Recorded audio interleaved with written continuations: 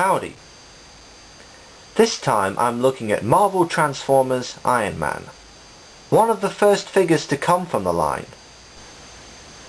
The alt mode is a jet, possibly based on an F-22 Raptor, with lots of changes made to avoid license issues.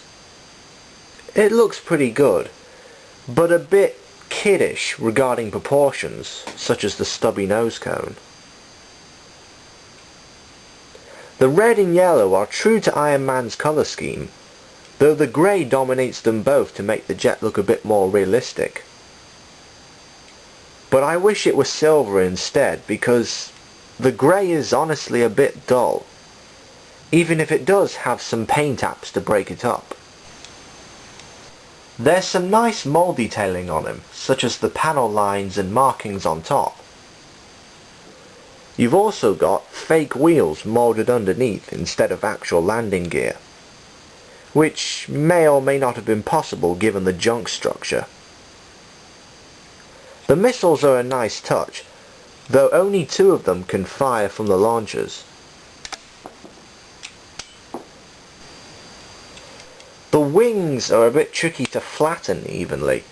Sometimes they end up lopsided. Also, the tail fins move a bit too loosely here. Other than that, it's a decent jet, but not nearly as cool looking as the Human Torch. Iron Man's transformation, while not entirely original, has some nice details, such as the way the legs form.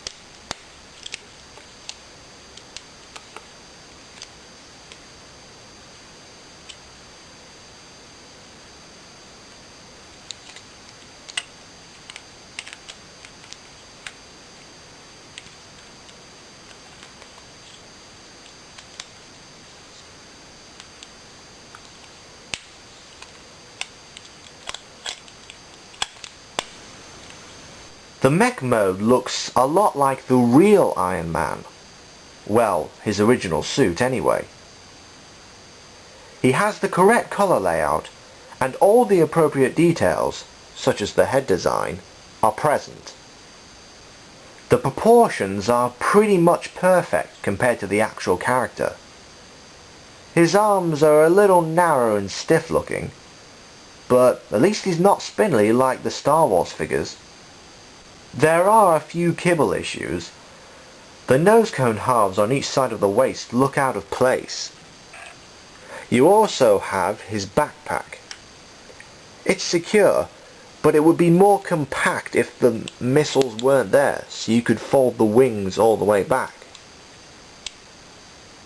Finally, there's the tail fins, which hang off his ankles and still move loosely.